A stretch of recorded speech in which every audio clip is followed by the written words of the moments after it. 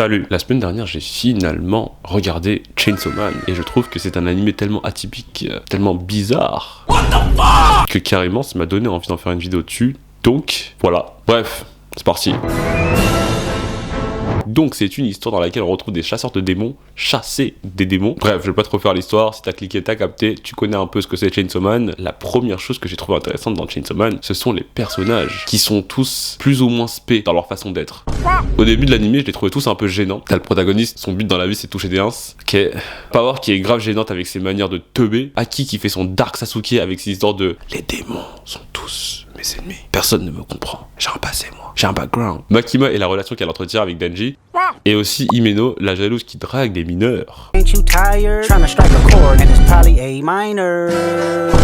en plus, Miskin, à chaque tentative, elle se recale. Donc ouais, on part sur ça pour les protagonistes. Bref, des protagonistes vraiment pas attachants et un peu sur les bords. Mais ce qui est intéressant dans cette manière de représenter les personnages d'une histoire, c'est que t'es pas censé les kiffer. Ils sont tous problématiques d'une manière ou d'une autre. Et je trouve ça stylé parce que même dans l'anime, on t'explique que pour être un bon chasseur de démons, il faut être un peu fou, limite taré. Donc le fait qu'on n'aime pas les protagonistes et qu'on les trouve très problématiques, ça rentre dans le concept de l'histoire et ça, c'est cool, mais d'un niveau waouh. Mais après, moi perso, je trouve quand même ça un peu dommage parce qu'il n'y a pas de perso qui m'intéresse plus que ça. Ça reste quand même du génie parce que c'est un peu le but. Donc voilà. Et je crois que j'ai rarement vu ce concept dans une histoire où les protagonistes dégoûtent, mais t'apprécies quand même le concept derrière cette intention de la part de l'auteur parce que ça reste quand même cohérent avec l'histoire et le but de l'histoire. Et je dirais que ce côté de l'animé, ce concept de l'animé est plutôt cool. Oui.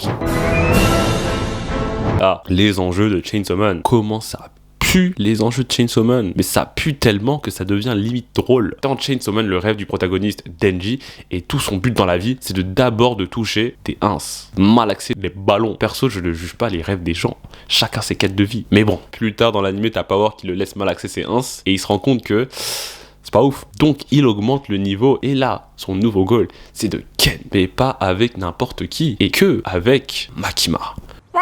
Ok, pourquoi pas. On en parle des autres aussi là. T'as le mec qui veut venger sa famille en mode Dark Sasuke. Power qui est juste obligé de faire partie de l'équipe sinon on la tue. Et en plus de tuer des démons c'est son kiff donc c'est bénéfique pour elle tout court. Cette meuf qui fait partie de l'équipe pour payer les études de son petit frère, c'est soit ça soit elle se prostitue donc Et le goal ultime de l'animé pour l'instant c'est de trouver le démon pistolet. Le démon piou piou. Et c'est vraiment dommage pour le coup parce que t'as l'impression que l'histoire elle va un peu nulle part. Peut-être pas nulle part, mais en tout cas quand je te résume tous les enjeux, la finalité te fait pas rêver quoi. Bon, j'imagine que ça évolue tout ça d'une certaine manière, mais je trouve pas que ça donne envie de continuer pour savoir ce qui se passe après. Voilà quoi, des histoires de démon pistolet là. Aussi, je suis vraiment pas très fan du chara design. Je parle de la transformation de Denji, des moitiés démons dans l'animé, genre une tronçonneuse et un homme, ça te donne un mélange d'un homme avec une tronçonneuse sur la tête. Pareil pour le démon sabre. Je sais pas, je pense que le chara design aurait pu être mieux. Et du coup, pour le chara design du démon pistolet, je m'attends pas à grand chose aussi. Le seul truc qui m'intrigue à la limite, c'est le lore sur Makima. Son passé, ses pouvoirs, sa relation avec l'entreprise et ses projets pour la 4ème division, l'équipe de Denji. Ouais.